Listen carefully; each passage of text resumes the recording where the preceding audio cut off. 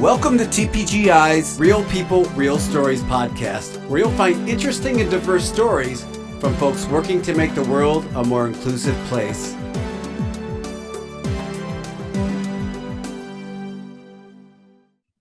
Hey, welcome to Real People, Real Stories podcast, brought to you by TPGI. I'm your host, Mark Miller, thanking you for helping us keep it accessible. Do us a favor. If you're enjoying the Real People, Real Stories podcast, share it. Tell somebody about it. Hey, even link to it from your accessible website. Welcome, everybody. Thanks again for joining us. I want to jump right in. And first of all, welcome once again to the show, our producer, Dara. It's wonderful to have you showing up as a regular. And jump right in with our guest, Phillida. Did I do good on the name? Yeah, you did good on the name. I practiced beforehand. So, and so I want to kind of dive right into your story here. And, I understand that you're the chief executive officer of a company. And that company kind of involves all sorts of different organizations. Can you tell us a little bit about what you're about, what that's about, and maybe a little bit how it came about? Of course, yes. So, hello. Yes, I'm Phillida Swift. I am the chief exec of a charity called Face Equality International. So we are a membership first and foremost of other charities, other not-for-profits, other support groups. Our focus is the facial difference community. So what does that mean? Sometimes you hear terms like disfigurement, like deformity. We tend to kind of vary the language that we use to be as inclusive as possible. So facial difference means any kind of appearance affecting condition that could be from birth, it could be acquired or episodic. So that includes things like a craniofacial condition, a cleft lip and palate is very common. Trauma and illness can be some of the kind of acquired facial differences. And then episodic facial differences like skin conditions that can come and go. Myself, I have facial scarring, and that is where my interest in this space comes. So in 2015, I was in a car accident. I was 22 years old, and I was supposed to be volunteering in Ghana. And we were driving overnight. We're supposed to be going away for the weekend. We were a bunch of volunteers driving around this horrible road where the drivers there are just absolute maniacs. And we were driving overnight and our driver tried to overtake. And basically the whole side of the van that I was on just crumbled in. And that was where my face was. So I came out with a whole host of different injuries. Everybody in the van survived, but came out, as I said, lots of different injuries and lots of broken bones and lots of time spent in hospital there. So I spent about a week in hospital in Ghana and then about a week in hospital back here in the UK where I'm from, which made me appreciate the NHS here and the healthcare that we have access to. The first kind of thing I remember is waking up in a van with and just touching my face and feeling it cut open. And then I remember kind of waking up again on a road and then waking up again where they were flinging me on a waiting room table and sewing me up there and then. So it was pretty horrific. And I am not one to sensationalize, but it was like a horror story. And I think, as I'm sure lots of the people that you speak to can attest to, ongoing medical treatment, spending time in and out of hospital, spending time recovering, that is a lot.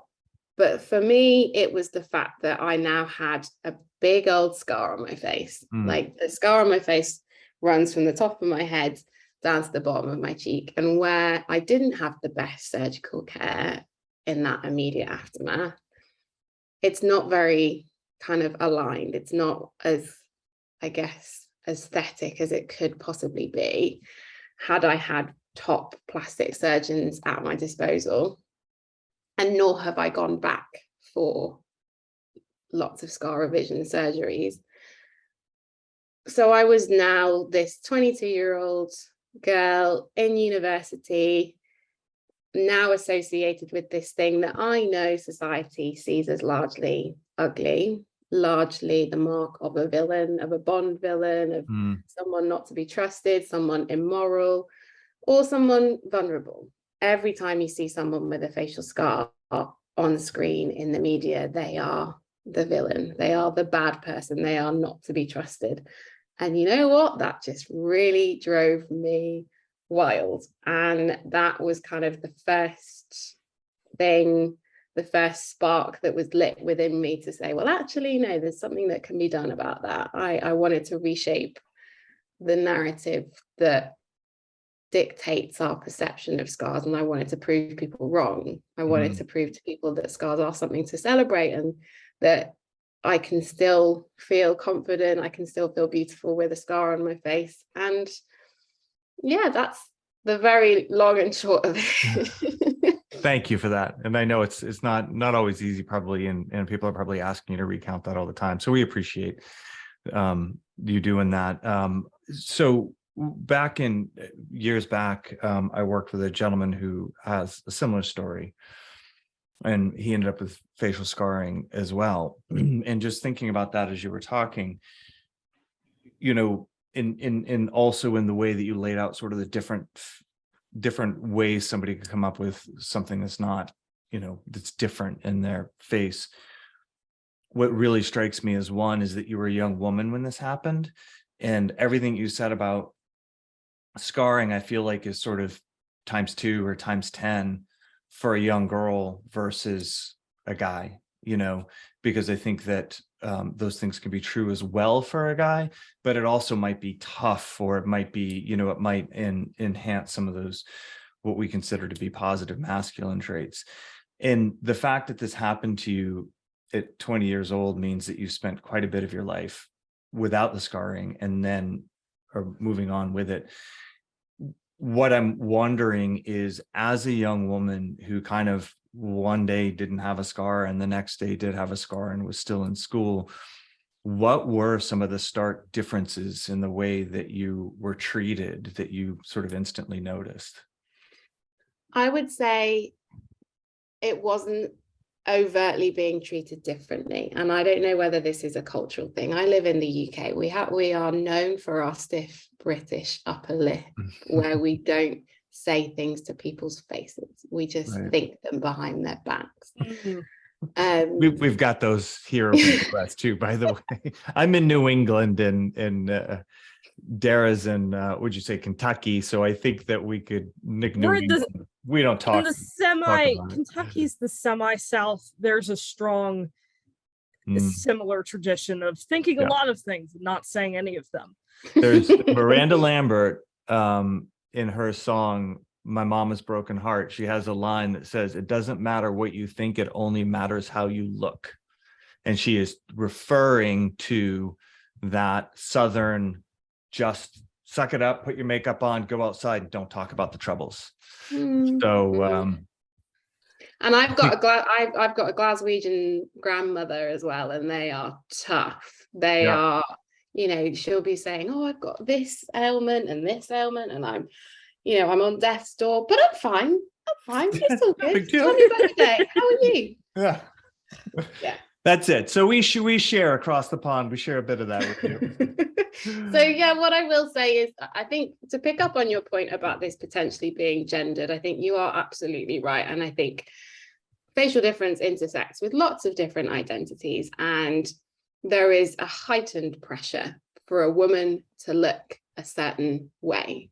We are measured by our beauty, and we are measured by a beauty standard that is largely unrealistic. So you're right to pick up on that. And actually, one of the first kind of enlightening moments for me was in hospital, and I think I was having an eye test, and the nurse, who, bless her, was trying to help. She was trying to make me feel better. She could see that I was feeling vulnerable, and she could see that I had this big, basically open wound on my face. And she said, don't worry, like my nephew, he was in a car accident. He has a big scar on his face and he's now a model. He's so handsome. And I thought, that's lovely, but he's a bloke. He's a guy. Like for a guy, it's rugged, it's manly, it's a badge of honor. It's very different. And I think I've now learned that it doesn't matter what your gender is, it doesn't matter what your race is, it doesn't matter how obvious your facial difference is. It's about the impact that it has on you as a person. I speak That's to a great people, way to see it. yeah, I speak to people all the time who have something that makes them look different that might not even be visible when they have clothes on, but the impact that that has on them as a person can be profound. And it's not necessarily about the person, it's about the world that we live in, it's about the culture that you've grown up in, it's about whether or not there is a kind of superstition attached to that facial difference. There are lots of kind of parts of the world where craniofacial conditions or albinism or other kind of facial differences are seen as a mark of the devil. They're seen as the fact that you've sinned, the fact that you've used a knife during a solar eclipse and you've brought shame upon your family. It's all of those contexts around facial difference and around it being a mark of shame and a massive source of stigma. And that was my lens. My lens was only ever seeing scars painted in a negative light, that again I had to then cope with looking in the mirror and seeing an entirely different face and suddenly having to kind of feel like myself again when I just looked like this entirely different person. And I could see one side of my face that looked like me, but one side that I just tried to almost disassociate with. But that was really hard because I still wanted to be that young woman. I still wanted to wear makeup, but half my eyebrow got sewed back in the wrong blooming place. So I couldn't do that anymore. So it was really tricky. And I think most people were lovely. There was that kind of look of pity in lots of people's eyes that drove me absolutely wild. It was more the fact that I knew what they were thinking that was stifling those conversations. I have had the odd comment, and the staring is a very common experience for me and lots of other people, but it's more what is unspoken. It's like my internal dialogue when I'm trying to disarm someone in that first initial meeting to think, what is it that you're actually thinking? And then I would stumble over what my response would be, and we'd have this awkward interaction where they don't know how to look. And it's those moments that are really tricky to kind of try and take a hold of. I guess I'll ask is, you talk about like the pressure of like media perception fitting with society perception. And I know that Face Inequality International has done a certain amount of advocacy around media. Is there anything that you think is doing a good job in how it portrays any character with a facial difference that you look at and you're like, yeah, that thing understands what's up? See, this is an interesting one because I think the problem at the moment is the representation is disproportionately negative or disproportionately stereotypical. And that's where the issue lies.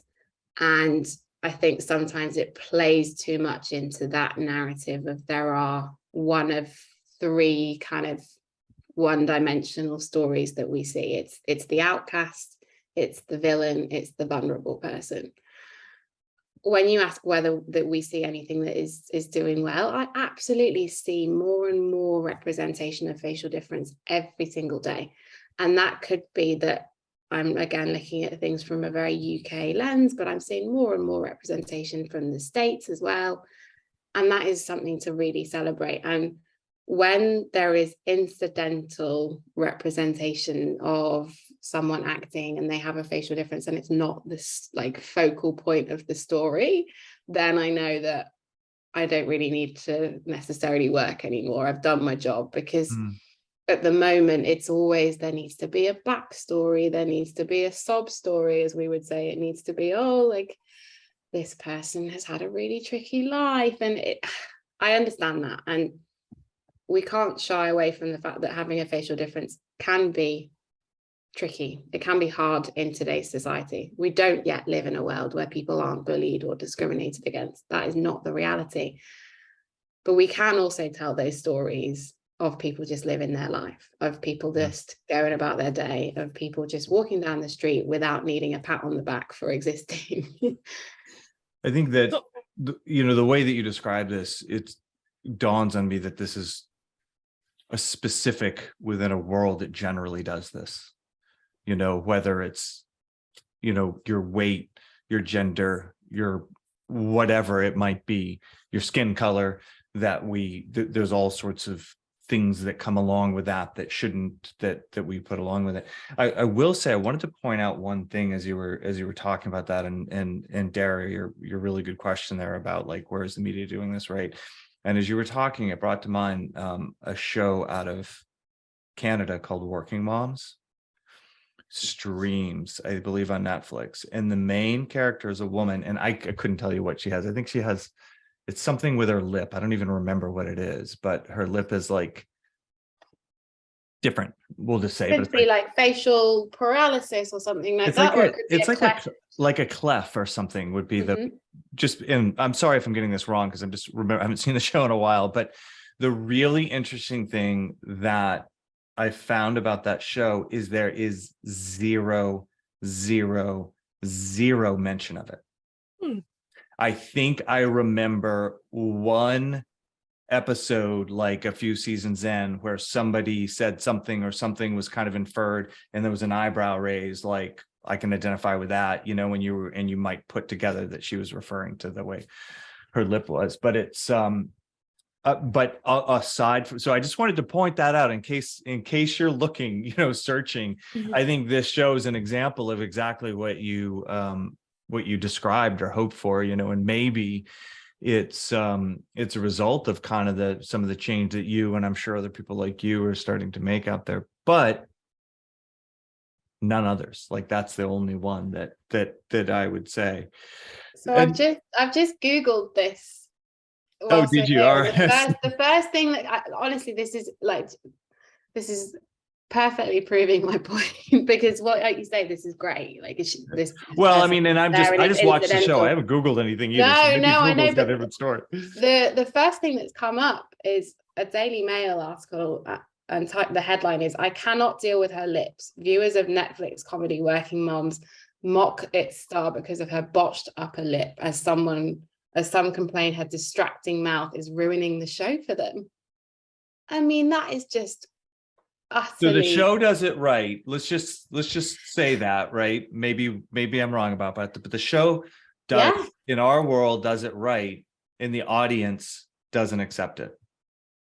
And this is where we are proactively wanting to work with the creative professionals, with the entertainment industry, because they really can lead on this stuff, and they can lead from the front, and they can basically, whether the public like it or not, they can take a strong view on something and say, we're going to do this whether you're going to complain or not. There was a case in the UK, I don't know whether this reached the States, not that long ago, where there was a children's TV presenter who has a limb difference, so she basically doesn't have like a lower arm, and all of these parents were writing in to complain that this person was like scaring their children, and I think it was the BBC. They just were like, huh, like, they're just like, we're not doing that, like, Yeah, I can't even imagine as like a show producer what you'd say. You'd just be like, this is not a relevant concern. Please come back with something real to say. Like, so given all this, I think this is great. This is, I mean, this, like, in this just little microcosm of this organic discussion we have, we've really illustrated like everything that you're talking about, Phillida, so in Face Equality International, in the work that you do, like twofold. First of all, where are you seeing and how are you seeing individuals really being helped or being, where the work you're doing is helping them understand, their difference better and deal with their difference better? And where is it helping, where do you see it, like in the time that you've been doing this, where do you see it making sort of, and I'm sure there's small incremental societal changes, Yeah. I'm not really, I need to be talking about the charity more. I'm plugging it more. I'm talking about myself. We're talking about our, like, the shows on like a bunch of regular people. We should really get to like a podcast subject here, right? So our model is quite unique, and I think it's just indicative of the point in time that we're at. And I'm sure you talk about the history of disability organizations and charities here as well, where it's very medical model focused, where it's very focused on direct interventions with a community, which can be problematic. It can be great. It's indicative of people needing support, but it's very much focused on the idea of someone needing to be fixed, of the individual having to overcome, and this is a really tricky narrative, overcome the challenges that are largely based around living in an ableist society. What Face Equality International does in working with organizations that are doing that vital direct intervention work is we focus on the societal stuff. We focus on making society a more equitable place where people are seen and heard, where people are no longer bullied, where there are adequate laws in place to protect people from discrimination, but also just trying to move towards that model where people are seen and heard and celebrated, and that, I know this is an oxymoron, but that facial difference is normalized, that it's just a part of humanity. And I think you can't have one without the other. You can't have just our work, you can't, but you have to have the support that people need in the here and now. But then we have the aspirational stuff, which is focused on, okay, well, if the world was more inclusive, then people wouldn't need so much support with their well-being. People wouldn't need to keep going after surgery to fit within a kind of ideal of what a face should look like. So that's I think the stuff that weighs on my mind a lot, is that we are trying to really, really shift societal perceptions around facial difference, and some of them are deeply, deeply entrenched. Yeah. So Dara, I want you to, this is interesting, right? Because if you think about what we do, right, in Philadelphia, what we do, what our organization does, is we actually make environments that are inclusive for people with disabilities. It just happens to be websites and these digital properties. But as you were talking about kind of your mission and what you're trying to do, which is to really change the environment, not the individual. It's to say the individual doesn't need to change. It's society, right? In this case, the environment is society. It's really very parallel, or at least analogous to what we're doing. We're saying, look, a person who's got a cognitive disability or a mobility impairment, or who is blind or has hearing issues, you need to create an environment they can operate in versus expecting them to do something. So I think that that's a really interesting correlation. And we really don't actually on this show talk very deeply about the medical aspects of disability. We talk more about accommodation, environment, and stuff like that. The other thing I wanted to kind of pull out too is you used the term ableist, which we hear every once in a while pop up on this podcast. And it's probably not a really well-known term. Maybe in our circles it's better known than in some other circles. So can you do me a favor and just define ableist for us? And if you don't want to do that, I'm happy to do it, but you're the one who said it, so I thought this is the thing, is everybody has their own interpretation of it. For us, particularly as it relates to facial difference, it's about the social model of disability, and thereby the social model of ableism, which is being limited by the attitudes of others. So whether that is people being more biased. So whether that is saying, well, you know, I won't hire you because you look a certain way, or whether that is people overtly bullying, or like or even hate too much crime. pity, you know, Yeah, just you know, like, yeah. And this is the thing, is that we're not born like this. It's kind of developed through our many influences that can largely be quite negative, that we're trying to undo. right. I was actually Go ahead, Dara. I was actually curious about a specific, when I was looking up Face Equality International, I actually came across a specific campaign that you all were doing, that you had been doing around Halloween, had been doing a specific campaign. I'd love to hear about that more, because it was social media based to like get out to people. So I'd love to hear more about that. Of course. So similarly to talking about villains on screen, there is this idea that facial difference is scary, that it is a Halloween costume. So each year when Halloween comes around, many of us, myself included, will be asked whether our real faces are masks or prosthetic makeup. And with the rise of kind of TikTok makeup artists and online makeup artists, we're seeing more and more looks, like Freddy Krueger looks, scar looks, open wound looks. And there is an understanding that guts and gore and horror movies, that is potentially scary, but someone's real face, something that actually is the lived experience of a human being, is not something for others to deem scary, is not something for others to stereotype in such a way that does cause bullying, does cause ostracization of an already kind of marginalized, hidden community. So we got together a handful of people, like a handful of activists, to share their real experiences of when they've been told, you know, oh, well, you don't need to wear a Halloween costume, or is that a mask? Is that real? So it was real. It wasn't scripted. And we put a video together to go out on TikTok to directly kind of target this community that are kind of probably unwittingly putting these Halloween scarred makeup looks together and not realizing that actually there's an entire community out here that are finding this really quite hurtful.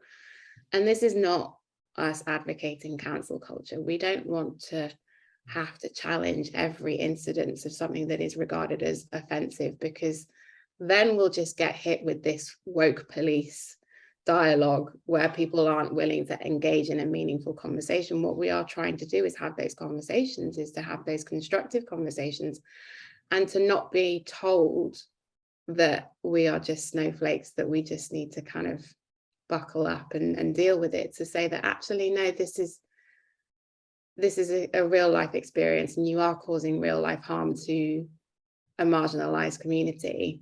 And let's have this learning moment, let's have this conversation, and let's hear from the lived experiences of people that this is their face, this is their identity, this is actually their culture.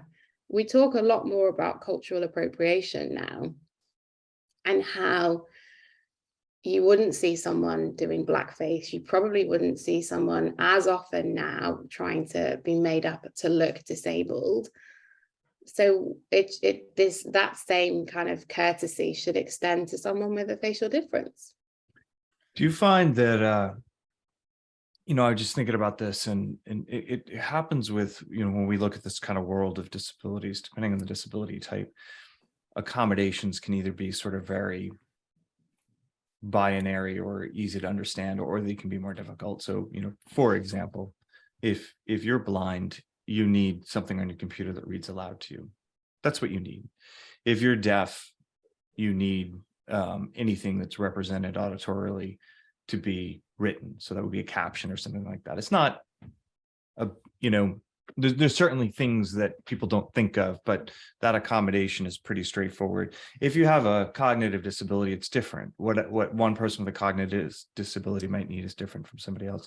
So my question for you is, this whole societal thing that you're talking about, and as I hear you talk about it, and you talk about horror movies, you talk about Halloween, you talk about sort of guts and gore being on this extreme that probably makes sense, and then, you know, no guts and gore on another extreme that makes sense, but then, you know, your facial scarring or somebody else's things, it starts to like find this spot in the middle where maybe it doesn't really belong.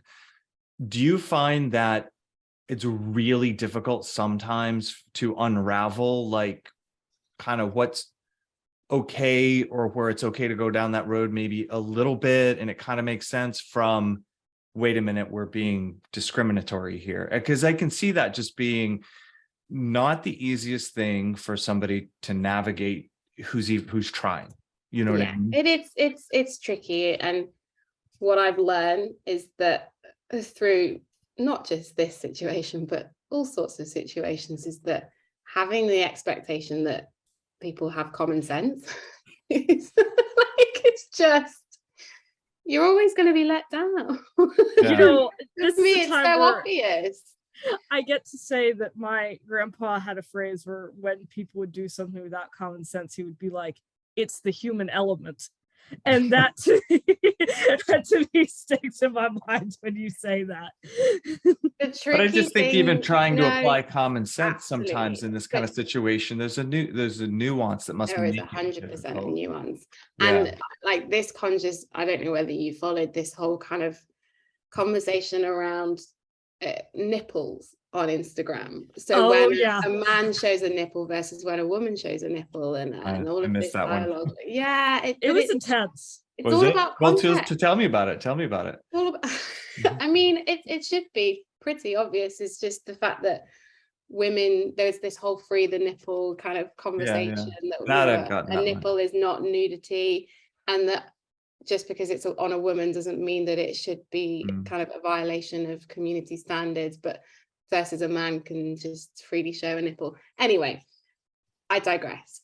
What's really kind of insidious about this, and where I think actually this is where facial difference moves more into the medical model, the kind of the impairment model, and the model that I think you might be interested in this community, is artificial intelligence. So on social media, an algorithm, a machine cannot tell the difference between someone with a scar that is through trauma, through kind of illness, versus a self-harm scar. A machine without the support of a moderator cannot tell the difference between someone that is just wanting to show their face and something that is actually violent or graphic or might cause harm to kind of certain viewers. So this is what we're seeing a lot at the moment, is because artificial intelligence and facial recognition software has not been built with large enough data sets in terms of what is a human face. It's basically not regarding lots of people with a facial difference as human. So whether this is failing to get through passport gates, or, as I said, being kind of censored on social media, we've seen on a number of occasions, someone goes to post a family photo. So there was a mum in the UK who went to post a family photo, and her son has a craniofacial condition, which means he has the one eye. This content was flagged and blurred out on Instagram, marked as sensitive, violent, graphic, and then her entire account was suspended. So that not even in itself is a case of when something becomes a physical barrier, barrier for someone with a facial difference to be able to navigate the world. So we are part of this initiative called Disability Ethical AI. And we had a talk recently, and it was about how do you lip read a robot. So for instance, if someone is going into a video interview and it's with an AI kind of bot, they are then being judged on the tone of their voice. They are then being judged on their appearance, whether their facial expressions as well. And that is all being fed into a machine that is basically saying whether a person is a hireable candidate. or not. And there is no accommodation for that. Basically, you might be completely disregarded, and there's no kind of recourse. You don't know perhaps why you've been scored very lowly, very low by this kind of AI software for an interview. But it's because your face perhaps doesn't move the way that a normative face does. So artificial intelligence is perhaps where we're going to see a growing, I guess, insidious kind of movement where people with facial differences are going to continue to be disadvantaged because our faces do not fit within the perception of what a machine regards as a human face. Are there statistics out there on people with, facial differences like that not being hired as often, or? Yeah, and there's growing research and commentary around this. So there was an infamous case at Google a number of years ago that I think it was a developer that actually was kind of pushed out of Google because she raised the fact that their facial recognition software was racist. So it was grouping in Google Photos, it was grouping a bunch of Black people into an album called Gorillaz, I think. I remember when I heard about this, and I remember it was a huge scandal when that hit the news. And yeah. So there are parallels, of course, and our kind of non-technical understanding is that it's about data sets and it's about what an algorithm sees as a face. But there isn't masses of data. There was a report by the World Bank and not that long ago, which recorded several cases of people with albinism or Down syndrome, where they were being denied a photo ID card because facial recognition software was not seeing their face as a human face. Wow. So we have lots of kind of anecdotal stories that we're trying to compile at the moment. We fed into a United Nations Convention on the Rights of Persons with Disabilities kind of thematic report on this issue. And it's something that we're trying to kind of maintain an active dialogue on because it is particularly pertinent with this facial recognition software aspect. So and as I said, this is where it kind of parallels with your work because it's about creating those environments where people can have access. So it's kind of like you're building up on this issue. You're in that stage of research basically when you're going from anecdotes to data and like kind of that transitional period. I like research. My dad is a researcher, where things go from things being observed to things being checked with data. But that's always a weird period because you know so much, but it's not categorized yet. It's like, yeah. We know so much, and actually the kind of the AI space knows it too. The social media platforms know it too. But there's all of this red tape around, okay, well, what is actually going to be done about it and how can we help? And we like I said previously around the entertainment industry, we're here, come and talk to us, come and involve the community in the solutions that need to be developed. But it's not yet really happening. So it's like the dialogue hasn't started yet. So that kind of means things are stalled out because you can't go places without talking to the people who do things.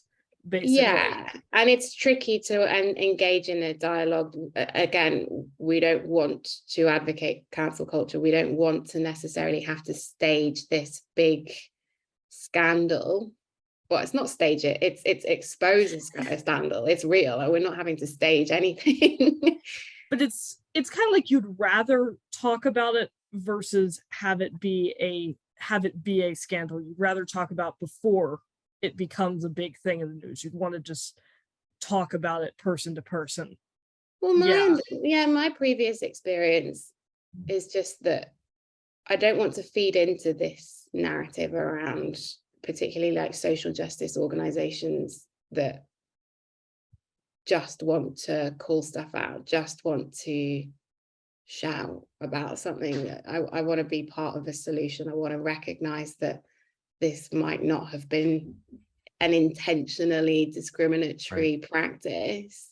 It's just the way that things have developed. And like you say about that inherently kind of ableist, with trying to undo history, and this is following in the footsteps of that. And we want to work together to prevent it. Do you hear from people that have, you've helped, that you've changed their lives ever?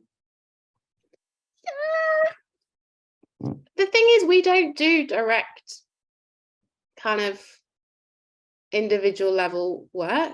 We hear from people all the time that are appreciative of what we're doing. Absolutely. And we've got this lovely little community that we're developing on social media. So what about the reverse of that? Like you said, hey, Hollywood, we're here, talk to us. Do you ever have you had somebody reach out and say, hey, we're trying to do this better, can you help us along? Yeah, for sure. I did a talk this morning with a big kind of media company. So more and more like PR and advertising, those sorts of things. And when it comes to conversations and running webinars and like lunchtime chats about diversity, equity, and inclusion, and how this extends to people with facial differences, absolutely, like that's happening more and more. And we want to kind of go about that in a kind of two-pronged approach. So where we sit legally within the disability space, we want to be coming together with disability organizations and strength in numbers, and there is solidarity there, but at the same time there are some very specific experiences that we want to draw out that do require that tailored specialist approach that recognizes that this is a unique human experience that should be validated on its own. So you're kind of working between like it's like you're under the umbrella, but you're your own thing under the umbrella, so that it can be interesting to navigate between being part of the group and the individual. Yeah, we shoot ourselves in the foot a lot, probably.